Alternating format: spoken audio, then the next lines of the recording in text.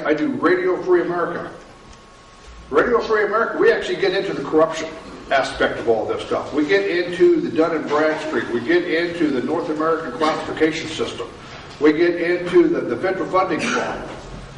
It was too hard to run this on AIB radio and then turn around and try to sit here and talk jurisdiction and talk corruption on the same show. So I split the show up.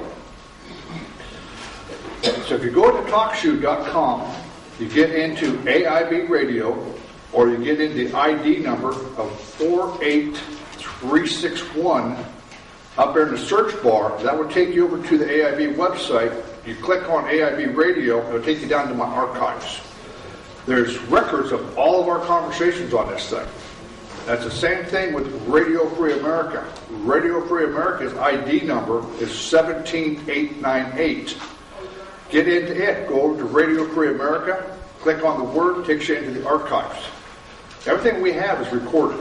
This is the best way to start pulling your information. I realize there's a lot of hours on this thing, and there is. You don't understand what all we're getting into.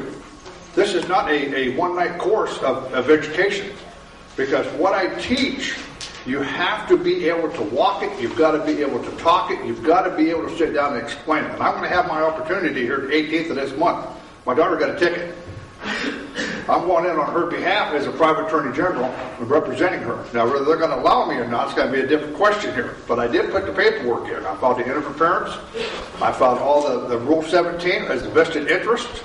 I went back in, filed under the Anti-Corrupt Act of number 6494, which ties you into Title 18, 1346 of an honest government, that they cannot do this for political gain, personal money, or for third-party interest.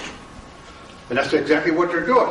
I also ran this back under Title 31, Section 3729, under False Claims Act, because now they're abusing taxpayers' money. So I have a vested interest under Rule 17. That's my money. So I'm going to sit down and see what the court does on the 18th with me. I'm the one who invented the program. I'm the one who can talk the program on this deal. So what we're getting into is whenever we sit here and we talk, the research team, we have discovered a lot of the fraud of what is actually happening within the system. A lot of these groups come out and tell you, well, it's the name deal. Go back in, it's a capital name, okay? But when you ask them, where did you get your information that it is the capital name? Well, I got it off this guy at this seminar. Well, did he tell you where he got it from? Well, he didn't tell me that. Well, we have a simple philosophy that I run with. And everybody sits here and understands the old saying, if I give you a fish, I feed you for today. If I teach you how to fish, I fed you for a lifetime. But if I don't show you where the fishing hole's at, you're going to starve. And that's exactly what these guys are doing. They're giving you the information, they're teaching you the information, but they're not showing you where they got it from. And it's worthless. And that's what we do. We show you where the fishing hole is. So with what is going on, with what our group is doing, and I'm the one, I'm the sifter.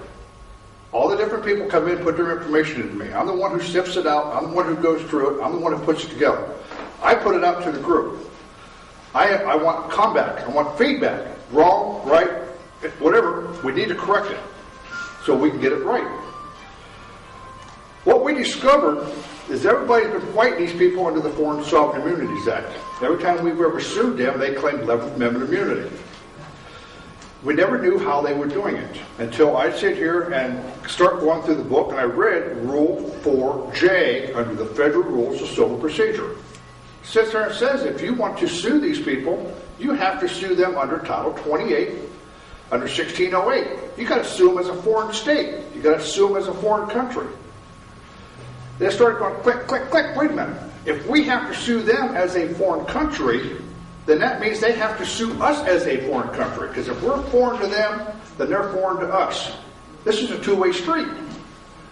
We'd never been able to put this together until I got the paperwork up and I started realizing I put the Cor Nobis paperwork together, which was a 4-page document.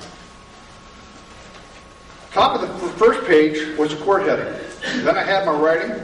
Then I had, on the second page, the other half of my writing. Then I had definitions of words. And then I had service. I had 2 pages of definitions of words. If you take the heading and the proof of service, that's one page. In one-page document, I put this thing out across the internet. Within 1 week, I got a call from a law professor from out here in California. One of his students took it into him. He called me. He said, he talked to his student, says, can you get a hold of this guy? I said, well, yeah. So they called me.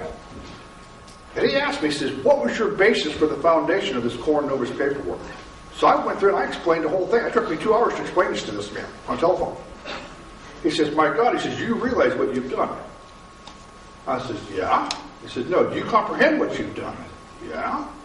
He says, you realize you've shut down the entire system because you proved the entire fraud of the entire court system? Because you proved that, number one, it's a foreign state, and two, it's a corporation.